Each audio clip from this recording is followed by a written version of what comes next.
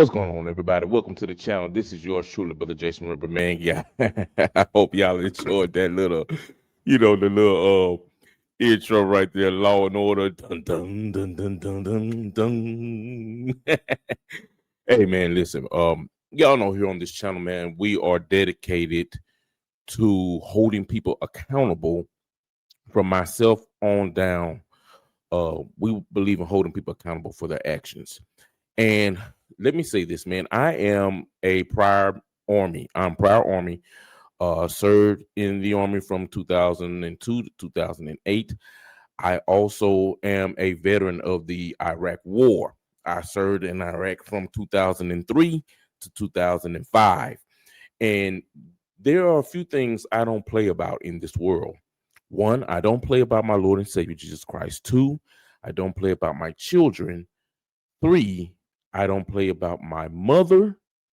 And four, I don't play about veterans because I am one. When you are a veteran, and for those of you that are watching this that are veterans, I salute to you, my fellow servicemen. If you are a veteran, you are part of a brotherhood and a sisterhood. And that is something that only veterans can really understand, because there are things that we won't talk about with family members, but we can get around each other and share our hurts and pains and memories and things that we have experienced. If you're not a veteran, you can't understand what I'm saying right now. Or if you're not the family of a veteran, you don't understand what I'm saying. When I came across this story, it enraged me, not just because I'm sick and tired of preachers getting in scandals. I'm sick and tired of preachers manipulating people. I'm sick and tired of preachers being money hungry and always trying to trick people out of their finances. But also because this preacher right here, let me put him on the screen so you can see him. This preacher right here, man, it really ticks me off because he swindled over $20 million in veteran benefits and VA education over the course of years from the military congregants that attended his church not just in Hinesville, Georgia,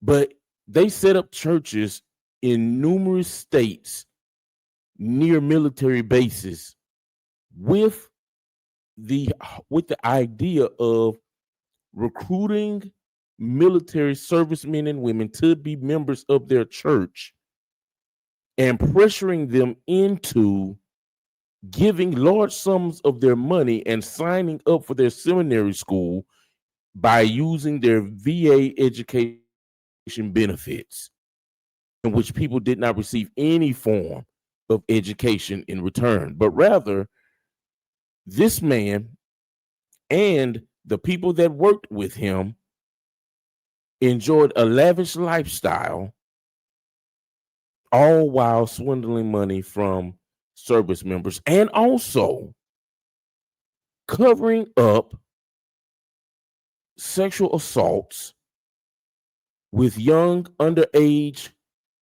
women and girls in the ministry.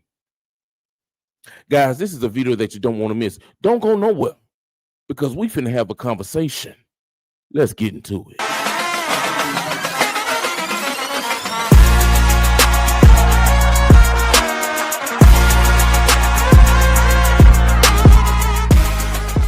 Hello, everybody. Hello. This is Brother Rumble with the Most True Podcast. I want to thank you for stopping by to check out this video.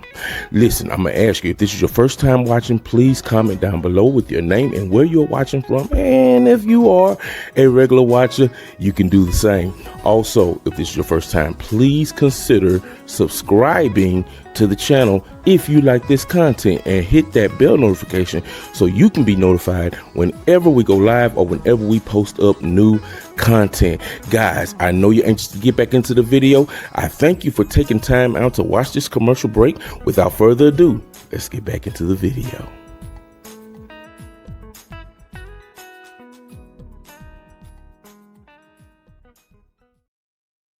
What's going on, guys? We're back, man.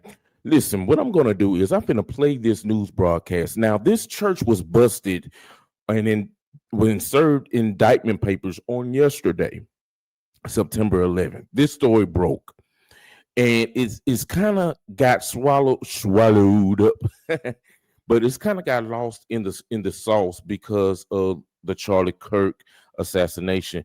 And getting still, my prayers are with the widow of Charlie Kirk. I believe that she spoke out about an hour or so ago, addressing the country. But my prayers are with the family of Charlie Kirk, and so this is not to take away from that. But what I'm saying is this story has gotten lost in the whole Charlie Kirk assassination situation.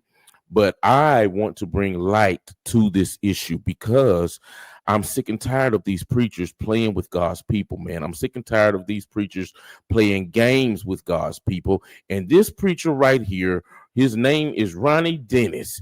And let me give y'all just one simple news break right quick. That's not even his real name, y'all. He stole that name from somebody in 1983 and has been using the name of Ronnie Dennis ever since. He founded the church about 20 years ago and has been swindling money from service members for about 10 years. Over $23 million worth of money from service members. This man right here. And the police came and got him yesterday because somebody sounded the burglar alarm. Yeah, they came and got him. I'm glad they came and got him. Ain't nothing but a thief, man. But what I'm finna do, guys, is I'm finna play this news clip. Now, this news clip has a young lady that attended the church, and she is giving insight into this cultish atmosphere that this church had. And let me tell y'all something else before I play this. A lot of these churches have cultish atmospheres. When you are around, if you are in a church where they forbid or discourage you from being around family, always pushing for large sums of money, always propping the pastor up on the pedestal and making you feel like the pastor is like a king, the king of the castle, and you can't never question what they do. You can't never go against whatever they say. You may want to get out of that church because 9 times out of 10, if not 10 times out of 10, you are in a cult. You are. And it's called brainwashing. They're trying to brainwash you. If you haven't heard that before, you're hearing it right now. Get out. Get out of it. Because God, and I found this out about Jesus. Jesus is a perfect gentleman. Jesus said, "Behold, I stand at the door and knock. If any man will come open up to me, I will come in and I will sup with him." Jesus don't force himself. Jesus don't make you break off from your family. The only time you should break off from your family is if your family is trying to come in between you and your walk with Christ, not between you and your pastor. Because let me give you a newsflash. At the end of the day, your pastor can't get you into the kingdom. Only your walk with Christ can. So what I'm going to do, guys, I'm going to play this video. And then after I play this video, we are going to have a conversation about it. Let's go. Our top story, federal authorities are cracking down on leaders of a local church accused of running a long-standing fraud scheme. One former member now speaking out about her experience there. And WSAV's Isabella Baez here in studio with us to break it all down. So what can you tell us? That's right, Ben. Tina, a former member of the House of Prayer, tells me the church pressured her and her family to give large sums of money while leaders live lavishly. Now, federal authorities are investigating multiple leaders for fraud, and one pastor faces sexual charges involving a minor. It is a cult. Tiana Moreno said she was born into the church, attending the Washington State location. However, at 17, she moved to Hinesville for schooling after church leaders told their members attending a public school was forbidden. We were always made to feel like Ronnie Dennis is this man of God and how he prays for everybody. And of course, we started wondering different things, why he disappeared and we weren't seeing him anymore and he wasn't interacting with the church and stuff like that, you know. But everybody just kind of tried to brush it off as like, well, he's doing important things. Obviously, we know now that it was not the case. Ronnie Dennis is just one of the 8 men who are accused of committing long-running conspiracies of fraud. Dennis was the founder of the House of Prayer Church. However, Ronnie Dennis was not his real name, but an identity he allegedly stole in 1983. See that, guys? This is why I say you don't really know these people, man.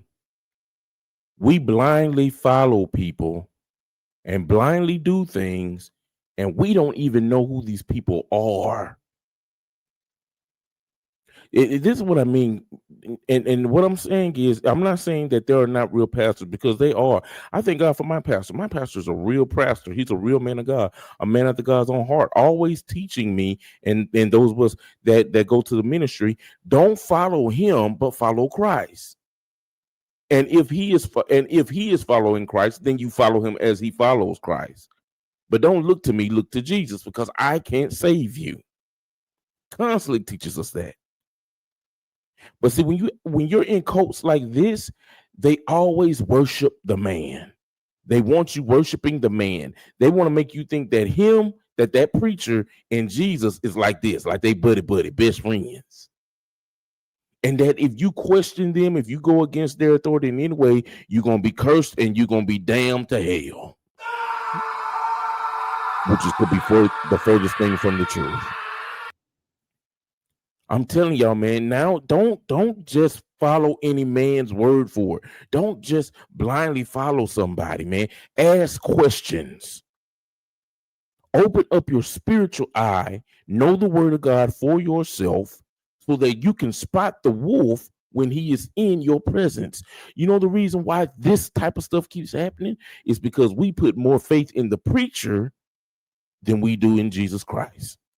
According to the DOJ, Dennis was indicted on charges of conspiracy to commit bank fraud, wire fraud, and assisting in a false tax return. Moreno left the church in September of 2021, but said during her time there was always a pressure to give money. Over the process of time, just started to see how like different things, they were just demanding more and more money out of us, and they were funding all these so-called missionary trips and asking for the members to constantly donate. And my ex-husband was giving money like all the time. Pastor Bernardell Sexman Jr. was someone Moreno ran into on occasion. However, he is now being indicted with a variety of sex offense charges involving a minor. Looking back, she said this also doesn't come as a shock. Make comments all the time like he is really weirdly close with teenagers and has a very weird friendship with them, and he's not the only one. The Federal Bureau of Investigations is now asking for individuals to speak out if you have any useful information, as they say they want to hold all who are responsible accountable. The FBI is actively seeking additional victims of fraud schemes. So if you or somebody you know had contact with the House of Prayer Christian Churches of America or the House of Prayer Bible Seminary and believe your personal information, benefits, or finances were misused, we are asking that you please come forward. The 8 defendants indicted for fraud and the pastor indicted for sexual charges involving a minor are now facing serial federal penalties. Isabel Baez, WSAV News 3, on your side. We have got to the point. Guys, I'm telling you right now, it is time to hold these people accountable. It's time to stop blindly following people. I keep saying that because we always do it. Just because a lot of these people claim to be a prophet or claim to be an apostle or claim to be this and claim to be that, and we following them because they called out your name and your last post out of the crowd. Forgetting the fact that many of y'all have signed up for their registration and put your personal information on the registration card. And they give that card to the preacher or the prophet. And then you get amazed because he called out your name and your last four and your address. Because these people don't care. Majority of these false prophets and false apostles and false pastors, they don't even believe what they are telling you. Because to them, it's a business. For them, it's a scheme. Jesus is the product that they push. And they know because we are too lazy to do the work on our own. We're too lazy to get up in the morning and get down on our knees and pray. We are too lazy to seek the Lord while he may be found and call upon him while he's near. We rather take the preacher's word for it, and they hire people to come off the streets to pretend like they possess and they act like they casting the devil out of them in front of you to make you think that they got the power. So now you want to give your money because they want to show you how you can have the power, but you got to pay so much money. Always pressing you to pay your tithes, always pressing you to give an offering. Now, I'm all for tithes. I'm all for paying tithes. The tithes money is supposed to be for the upkeep of the house of God. It's supposed to be for orphans and widows. And yes, I do believe that that preachers should have some type of compensation, especially if they are spending time in the presence of God and feeding you, and you are growing by leaps and bounds in the ministry and really getting to know God. If they are teaching Christ in a way where you are really getting to know God, then I believe you should sow into that ministry. You should give your tithes and offerings in that ministry. You should help that ministry keep the lights on, keep the water running. Anything breaking the church, your tithes help pay for it, pay for whoever to come and fix it. And yes, I believe that the preacher should get some type of compensation, a salary or something, but you shouldn't be staying in no $7 million house. You shouldn't be driving no Rolls Royce from the money and off the backs of hardworking people when you are capable to go work yourself. Now, if a preacher go out and get a Rolls Royce and he get it from the money that he get from working his job, then hey man, more power to you, brother. More power to you. But if you using the church's money to fund your lavish lifestyle, we have an issue. We got a serious problem. So guys, what I'm going to do is I'm going to share this article here. This is from the AP News. I'm going to read this article and let me blow it up a little bit because I want y'all to be able to see it some. Okay, hold on one second. Let me blow this article up right here. Here we go. I want to make sure y'all can see this, okay? It says indictment charges church leaders with swindling millions in military benefits. This is the same church that you saw on that news broadcast, okay? It says Savannah, Georgia. This is from September 11th, which is yesterday. Leaders of a Georgia-based church with congregation of 5 states have been charged with federal prosecutors with swindling millions of dollars in veteran benefits from parishioners serving in the military. An indictment unsealed Wednesday in U.S. District Court in Savannah charges House of Prayer Christian Churches of America founder Ronnie Dennis and 7 other church leaders with conspiring to commit bank fraud and wire fraud, as well as other federal crimes. Authorities say church leaders exploited soldiers. Let me put myself in the small box so y'all can read along if you want to read along. It said authorities say church leaders exploited soldiers and other congregant members by enrolling them in seminary programs that drained their GI Bill education benefits. They also say church officers use parishioners' names on fraudulent mortgage applications to buy homes that the church then rented to congregation members. Using these people's names to buy homes and then turn around and charge them to rent the house. The defendants are accused of exploiting trust, faith, and even the service of our nation's military members to enrich themselves. Paul Brown, the agent in charge of the FBI Atlanta office, said in a news release. Prosecutors say church raked in $23 million from veteran benefits. Guys, let me highlight that right quick. You see that right there? $23 million taken from veteran benefits. This is what I mean when Jesus said, this is what Jesus meant when he said that the love of money is the root of all evil. Here comes the money. The love of it. Here comes that money. That's what goes through their mind whenever they see you walking through the doors. When these wolves in sheep's clothing see you walking through their doors, and they say, "Hey, brother, how you doing? Man, I've been praying for you." This is what they really think of you. My bad. Wrong one. This is what they really think of you. That's what they really think about you. They think about their money. That's all that matters to them, is how much you're going to give in that offering. Says prosecutors say they don't even know the real name of Dennis, alleging he assumed that name after stealing another person's identity in 1983. He founded House of Prayer roughly 2 decades ago. The church, headquartered in Hinesville, a southeast Georgia city that is home to thousands of veterans and Army soldiers serving at the neighborhood Fort Stewart. Listen, I know about Fort Stewart because when I got deployed into Iraq, I deployed out of Fort Stewart.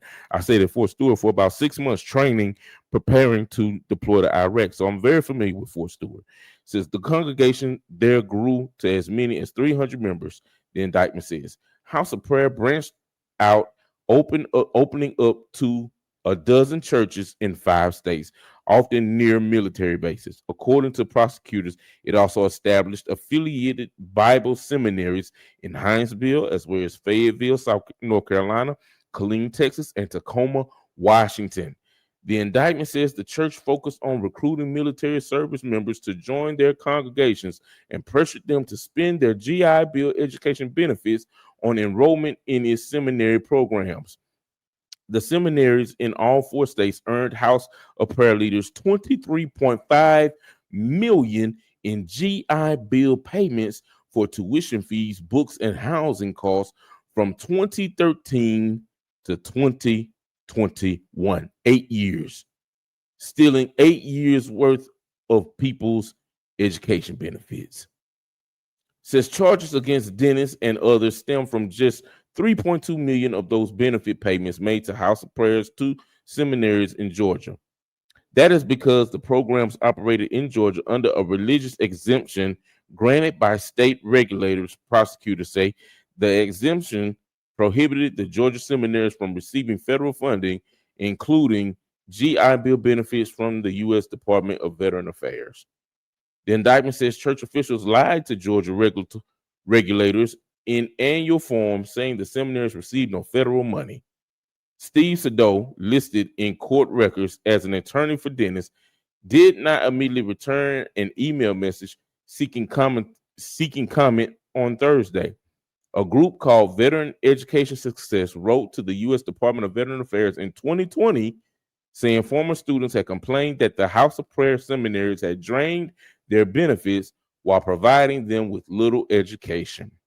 FBI agents served search warrants on several House of Prayer churches in 2022, according to the local news outlets. I wonder why no one was arrested. I wonder why no one was arrested in 2022. And I'm gonna tell y'all what's so crazy is, even with them being with their offices being raided in 2022, the people did not stop stealing these people money. Says church accused of profiting off rental homes bought with false documents. The indictment says church officials also use its members as straw buyers to conceal the leaders' purchase of rental properties. Straw buyers mean that they are using your name to buy the home when really the home is for them. Says prosecutors say church leaders falsified loan applications and closing documents and forged power of attorney to buy and transfer homes that were rented to congregation members. The indictment says House of Prayer received $5.2 million in rent payments between 2018 and 2020, with some of that money being used to pay for Dennis's 2 homes as well as church leader credit card bills. Dennis was also charged with helping falsify his federal income tax return for 2018, 2019, and 2020. On Wednesday, FBI agents in Columbia County deputies arrested the church founder at his mansion in Martinez, west of Augusta. In a separate case, federal prosecutors also indicted Bernardo Sexment, a pastor at the House of Prayer Church in Hinesville. The indictment, unsealed, Wednesday, charges Sexment with sex abuse of a girl between the ages of 12 and 15. Why does that not surprise me? Why does that not surprise me? Because normally when you see these leaders that get this kind of, that's stealing on levels like this, somewhere along the line, there's somebody in that group that's always touching some baby. I'm getting sick of it, man. It says William Joseph Turner, listed in court records as the pastor's attorney, did not immediately return an email message. So, guys, this is why I say we have to know God for ourselves. This is why I say that you cannot trust a man with your soul. Because these wolves out here, they don't care nothing about you. They don't care nothing about your soul. And this is why people don't want to go to church. Because of people like him. People like him. People go to church to hear the word. They want something that's going to give them strength to make it through the next week. There are people out here that really want to get close to God, want to really know what it's like to walk with Jesus the Christ. And then you have these people that come and prey on them. That's why we got to know God for ourselves, y'all. You can't take no man's word for it. Don't even take my word for it. Know that Bible for yourself. Because at the end of the day, guess what? When you stand before God, when your eyes close for the last time and your tongue is glued to the roof of your mouth and you are put in that pretty little box and lowered 6 feet into the ground, when you stand before the Almighty, you're going to be standing for yourself. So it behooves us while we're still on this earth to know him for ourselves. Guys, that's all my time. I'm finna get up out of here, man. Until next time, this is Brother Remember. Remember, you are truly blessed in Jesus' name.